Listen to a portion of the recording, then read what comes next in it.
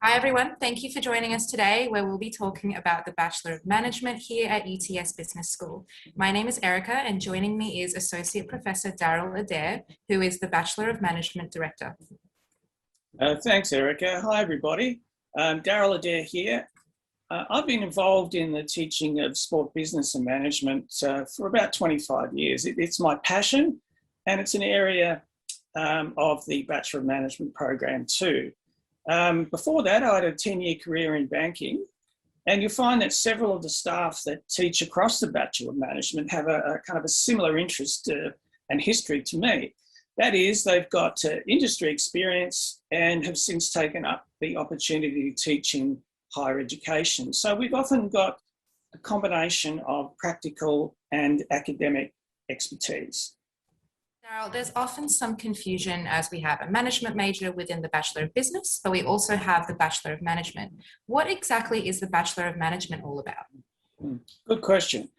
So the Bachelor of Management allows students to develop deep knowledge in one or more of the experience industries, as we call them. Now, the experience economy comprises a range of goods and services that are central to the consumption of entertainment and leisure activities, whether that be in live or digital form. Now, in the case of the Bachelor of Management, our focus is with events, tourism, sport, and the digital creative enterprises. And I'll go through each of those subsequently. Now, the management major within the Bachelor of Business does provide exposure to that kind of knowledge, along with opportunities for in-depth skill development in generic areas like accounting and economics.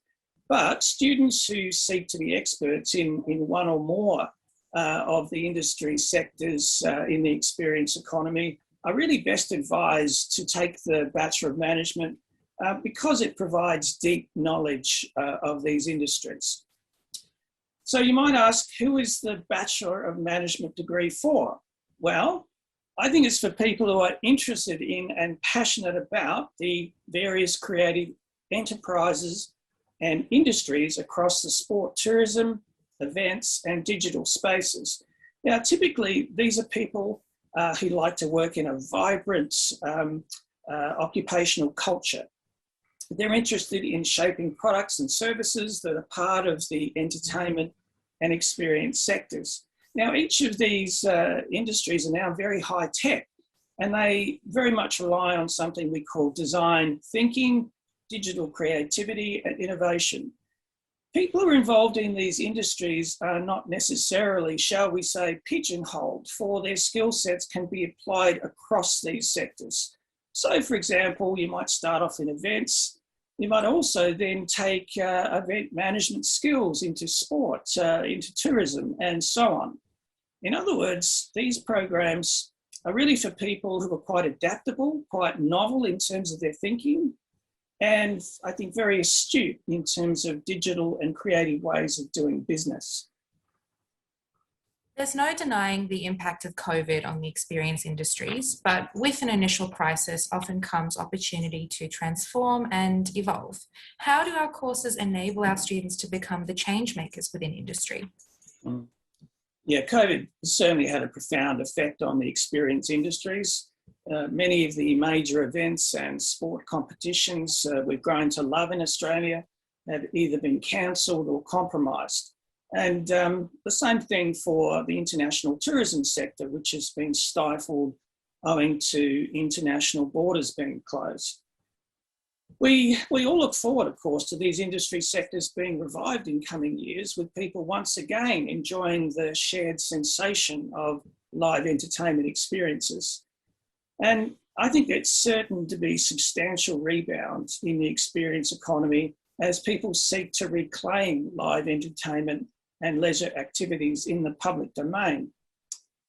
Interestingly, as you've hinted, Erica, there are already adaptations during COVID. There's now a strong emphasis on domestic tourism, which has grown substantially. And we're also observing new forms of leisure consumption, such as demand for virtual tourism or virtual events, with patrons paying on demand for digital versions of what were once exclusively live experiences. So in the Bachelor of Management, we therefore look at adaptations across the experience economy. In sport, for instance, students learn about the growing phenomenon of spectators all around the world watching American basketball using virtual reality headsets. So this technology gives consumers the impression that they're inside the NBA court and experience the sight and sounds of being a patron at the game. The other thing is the potential for augmented reality. In sport, the area that I'm most familiar, broadcasts are now overlaid with data on the broadcast screen, which can provide player statistics, messages from sponsors, and so on. And so there's a lot of value add to the digital production of entertainment. So in other words, although COVID has impacted on live experience, there are certainly significant adaptations underway that students can explore and learn about in the Bachelor of Management. So, Daryl, how does the course work? Look, I should first acknowledge that the Bachelor of Management underwent a review in 2020.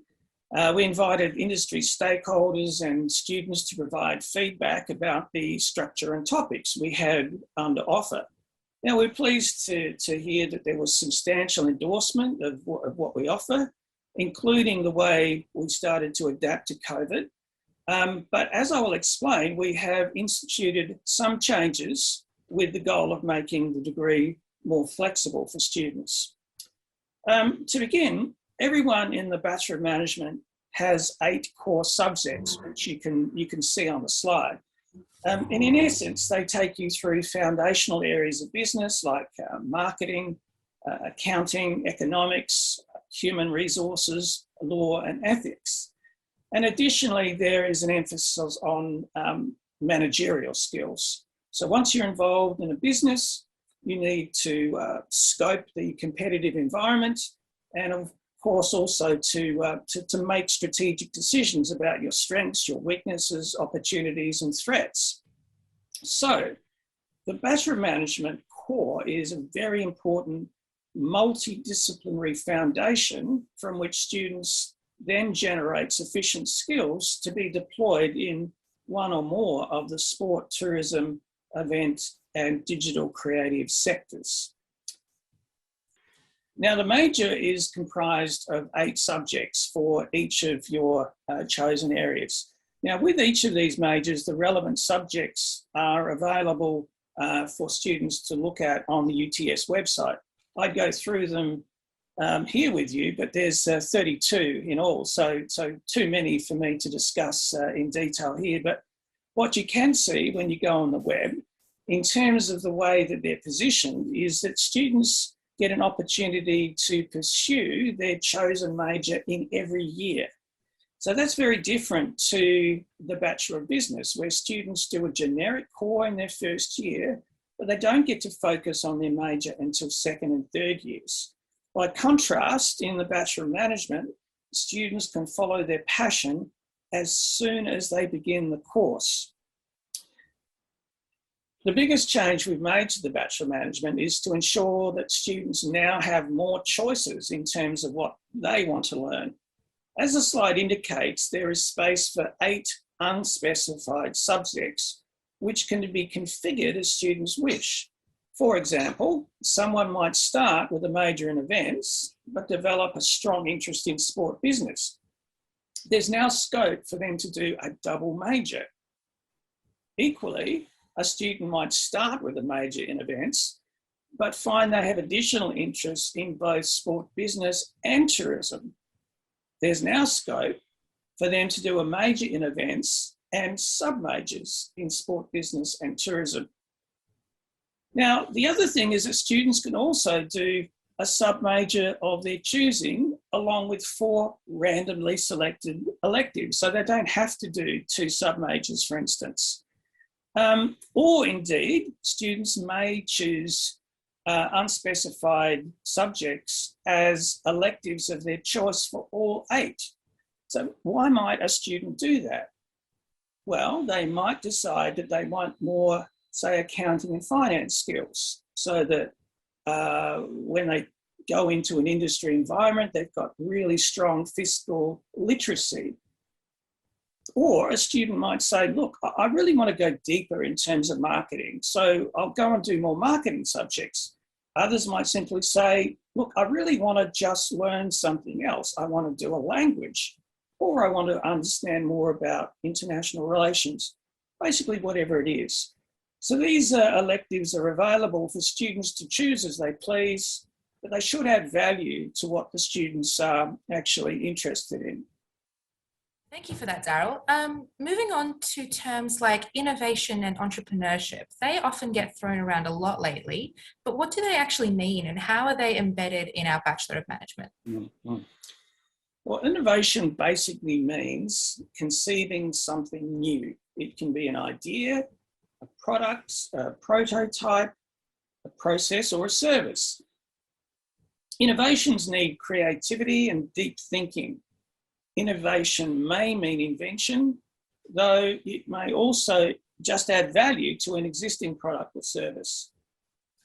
Now, entrepreneurship is related to innovation, but it's actually different. Basically, it means turning ideas into a business opportunity by exercising judgment about a risk. And the risk is intended to turn into a profit, obviously.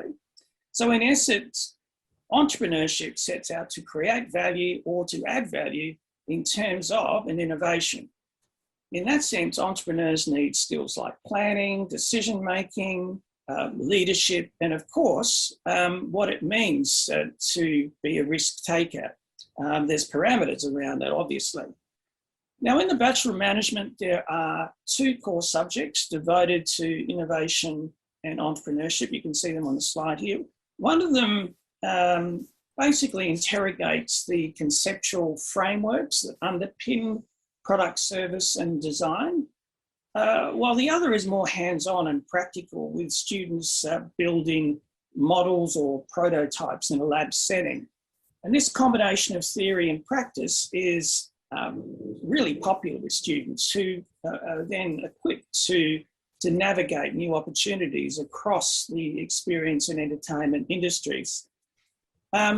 Indeed, owing to the challenges of COVID, these sectors are innovating in new ways with the goal of reaching digital and remote audiences. And, you know, examples include live streaming concerts to pay-per-view music fans and online tourism video streams with pay-per-view to local guides. And what of the virtual reality experiences I mentioned previously? Well, my dream, as yet unrealised, is being courtside at Wimbledon or climbing Mount Everest, all experienced virtually through my Oculus headset at home. Now, this type of innovation would, I think, have particular resonance for people who perhaps because of age or disability are unable to travel easily. And in a time of COVID, digital entertainment and experiences are more relevant than ever. All that said, it's vital to have management skills. While it's important to be creative and to understand the way in which entrepreneurship functions, around which, of course, you'd have innovation strategies, you really still have to have skills as a manager to bring product and services to market. So managing innovation and entrepreneurship are really important also. Yeah, it's a whole new world, isn't it, Daryl? Now, moving on to internships. An internship is an elective within the Bachelor of Management, but what are the benefits of doing an internship and what are some examples where our students have interned before? Yeah, the internship subject is really important for students who want to experience what it's like to work in a particular industry sector. The way in which it functions is that a student targets an organisation they'd like to have an internship with, and they seek their permission for that company to take them on as an intern. Now we can help by providing a list, well, extensive list really, of companies with whom we've had those internship relations in the past. So if you're interested in working at sport clubs, for example, the Sydney Swans and various NRL clubs have routinely taken on many of our students. What happens is that students work for anywhere between 120 and 200 hours, depending on the organisation and the nature of their assignment. This is typically volunteer, unpaid work, though it can, in rare occasions, be paid. Mostly, though, it's unpaid part of the degree, but it's a recognised subject. Now, the purpose of being an intern isn't simply for students to go to an organisation, make people cups of coffee and operate the photocopier. Instead, they work on a project that is agreed upon by the student, by the organisation and the university. So it's really co-managed. The student is then evaluated in terms of the way that they conduct themselves professionally in a workplace setting. And of course, a big focus is on the project that they ultimately deliver, which of course is assessed by the internship provider and of course the university. And one of the real benefits of this, I think, is having that tangible industry engagement, that workplace experience allows students to have a taste of what it's like to work in that sector, but also start to develop a network of individuals that the student can turn to in respect of employment opportunities. So one of the things we encourage is for interns to set up a profile on LinkedIn, and there they list their internship experience. And if they've done well, it's quite common for them to get references from that organisation.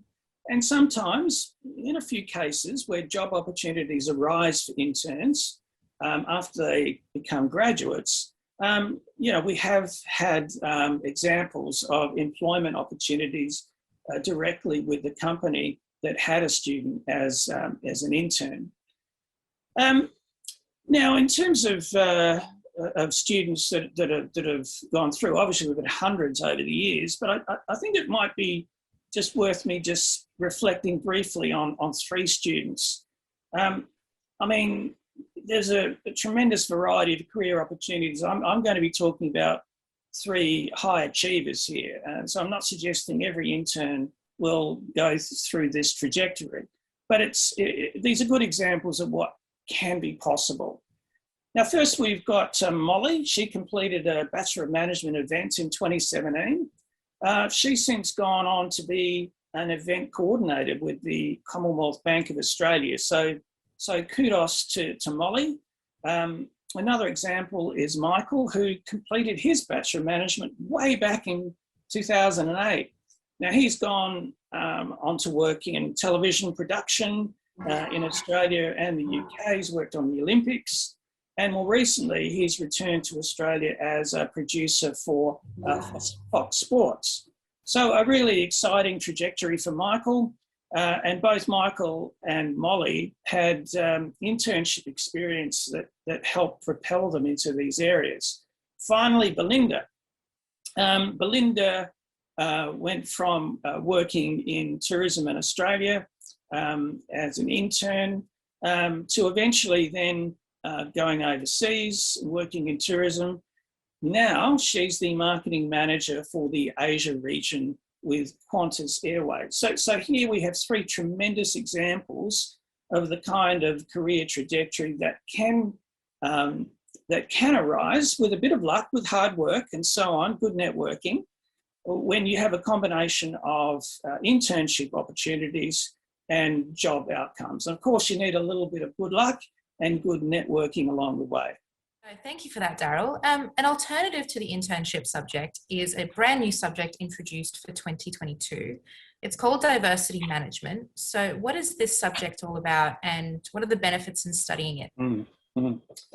Yeah, so there's two reasons why we decided to introduce diversity management. The first is that the professional internship that I spoke about used to be a compulsory subject. We've now turned that into an optional subject, which is recognition that for some students, they already have work experience, and so an internship isn't necessarily the right fit for them. But the other more fundamental reason for introducing this as an alternative is that the way in which the contemporary workplace in Australia and increasingly overseas is configured. And so diversity management is kind of a branch of human resource management if we're looking at it in a workplace setting. So diversity management sets out to create and maintain a positive work environment where the similarities and differences of individuals and their backgrounds are valued. So the idea is that all people are encouraged to reach their potential and maximise their contributions to an organisation's strategic goals and objectives. And this is a core part of what progressive businesses seek to achieve in today's cosmopolitan world. There's a raft of research internationally now that shows that organisations that embrace diversity management overwhelmingly are environments in which people are happier to work. They do feel more valued, and they actually tend to be more efficient, more productive, and more profitable. So diversity management is good business. And so even if people decide that they want to do the internship, they don't have to then say, well, I don't have an opportunity to do diversity management. That's a shame. You can still take it as an elective.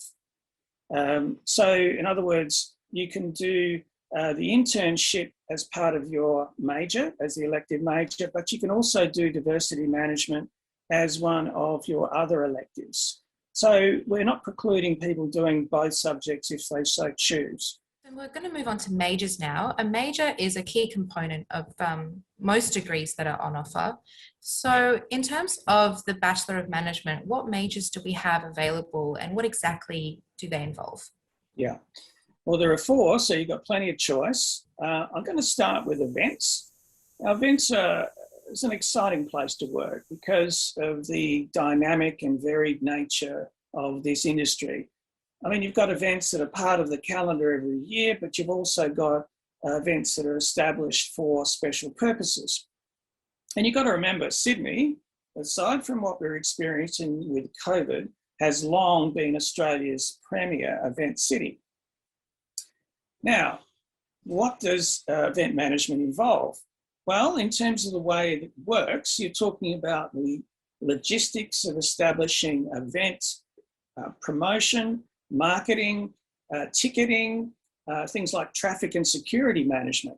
So we're talking about meeting the requirements of law, policy and governments while in fact you're putting on an event. Indeed, the whole event ecosystem now requires tremendous sophistication because obviously while we all want things to go well in an event, there are also important mechanisms and protocols for when things might become problematic. So, you know, there's a whole range of conceptual learning and practical application. And Australia's a leader here. It's important to remember the academic contribution to the way events have grown exemplifies the sophistication of the industry here. And Australia's success in staging mega events around the world is very well known. The second major I will speak about is sport business.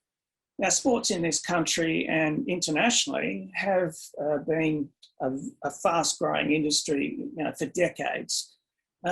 If we look at Australia, it's the only country in the world that has 4 professional football codes, and no other country in the world has as many national sport competitions. And another important trend is the growth of women's professional sports competitions.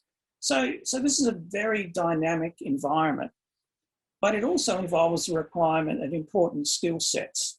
And once again, this is no less obvious during the crisis of COVID, because what has happened is that you need individuals who have a very strong understanding of accounting, finance and revenue, and of course, trying to design alternative revenue streams and even all alternative sport products. I mean, one of the most interesting growth areas, which we cover in the Bachelor of Management, is something called esport. So this is electronic gaming, if you will. And during COVID, this has grown exponentially. And an interesting development is that many traditional sports now have a relationship or even a partnership with esport teams. So what I'm suggesting is don't think of this as just only about traditional sport. There's a growing digitisation around which sport and other experience industries are consumed. The third major I want to speak about is tourism, which has long been one of Australia's stronger sectors, not only in terms of the number of customers as visitors, but also the revenue that contributes to the Australian economy. Now, as I've said, during COVID-19, there's been significant constraints on that. But of course, we all earnestly hope that change is going to come, in the next year or two. And certainly one would imagine after the new cohort into the Bachelor of Management graduates. So opportunities will return, hopefully at the scale they were pre-COVID. I think there's going to be a need for people with traditional and new skills and ideas to really upskill the tourism industry. And I think it's fair to say that the industry itself has already thought about many of these innovations, even if international travel is still curtailed to some degree in 3 years' time.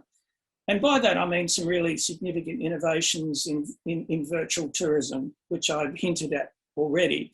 So as an example, people now paying for experiences where they're swimming with fish in the barrier reef virtually. They might be stuck at home, but having a kind of experience in their lounge room with the headset, snorkeling in the barrier reef can be very relaxing and take you out of the kind of the lockdown mentality many of us have faced. So I think the next generation of tourism professionals are going to be managing a dynamic and multifaceted tourism industry. Now, the final major I want to speak about is the digital creative enterprise offering, which is the new one in our repertoire. The other majors have been around at UTS for about 25 years. This is much more recent, only a few years old. But what the introduction of this major does is reflect the way in which businesses themselves are intimately and almost inherently engaged with the digital environment today. This is their shopfront. It's the way in which the world engages with business today. And I don't mean just from a sort of a marketing and website perspective, but how they address strategic issues. Indeed, how they assess problems in the marketplace now requires a digital scoping exercise. And in doing so, they're applying, design thinking principles that students need to learn about, which are more adaptable and complex than traditional modes of business thinking. Now, this kind of approach can be used in any business that has a digital shopfront today, and it's hard to think of one that doesn't. But also, one of the reasons that we position this major here amongst the other three is we think there's a really good synergy between the way in which those other majors are evolving along with the digital creative enterprises. And we're very excited about this new offering. Thank you for that, Darryl. Let's move on to combined degree options now. Many students might choose to do a combined degree because they're interested in two separate fields of study, and that may lead to more diverse career paths, but others maybe aren't too sure what they want to do. So what are some of the combined degree options that are available? Yeah, some of them are quite brand new. So creative intelligence and innovation adds value really to the sort of digital and creative enterprise approach we're using. So people who are doing that may wish to extend what they're doing in that major by adding on to the intelligence and innovation degree. International studies has been around, for a long time. It's actually really well known. And outside of COVID, you would have opportunities for international exchange. But international studies is really important if you want to understand the way in which the world works. And even if you're, working in an industry sector like events, for instance, you might become involved, for instance, in managing an event which is global in scale. You might work overseas. Having an understanding of the way in which different countries and regions and a kind of nation states work unilaterally or multilaterally would be an important additional skill set to have. The last one is relatively new, the sustainability and environment combined degree. Given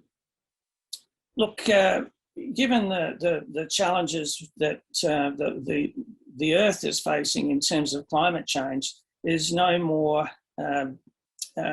pressing combination of degrees than this one, I wouldn't have thought. The challenge of sustainability is something that is multi-sectorial. So it isn't just about sustainability just in terms of climate, it's also the way in which we conduct ourselves in terms of our own environment. So I think all three of these offer some different but really exciting combinations. So apart from combined degree options, students can also choose to add diplomas or exchanges to their degree as well. What are some options that they have available to them? Yeah, the Diploma of Innovation, I think, would be most suitable for people who have done the sport business, events or tourism majors, but who realise subsequently that they would like to learn more about innovation. Those who are interested perhaps in working abroad, the Diploma of Languages, that's one of my great regrets. I can only speak one language, so I'm very hamstrung by that and wish in retrospect I'd taken that opportunity. So some people might think, well, this is my chance to be multilingual. The third one is a little more difficult during COVID, global exchange. But it is often being really popular with students who have this life-changing experience, going to another country, studying there. And of course, there's students from overseas who come to study at UTS. It's really disappointing that COVID is making that problematic at the moment, but we look forward to a time when that can be resumed. Thank you, Daryl. So we are nearly at the conclusion of our webinar today. What would be your number one tip for students contemplating studying the Bachelor of Management at UTS? Well, I think follow your passion. I know it's easy to say that you should get a job that you enjoy rather than, a job perhaps that is expected of you by others. But at the end of the day, everybody needs to get out of bed in the morning and go to work and feel engaged in it. And if you feel a particular connection to one of the industry sectors I've talked about, I reckon go for it. Because what you want to do is have lifelong fulfillment and enjoyment and a feeling of being connected to your workplace. And so I hope you find that in one of the four options here. Daryl, thank you so much for your time, and thank you everyone for tuning in. Please feel free to explore our other videos detailing our courses and majors. And if you have any questions, you can reach out to us via our social media channels or contact us directly by phone on 9514 3074 or by emailing business@uts.edu.au. Thanks again, and see you in our next video.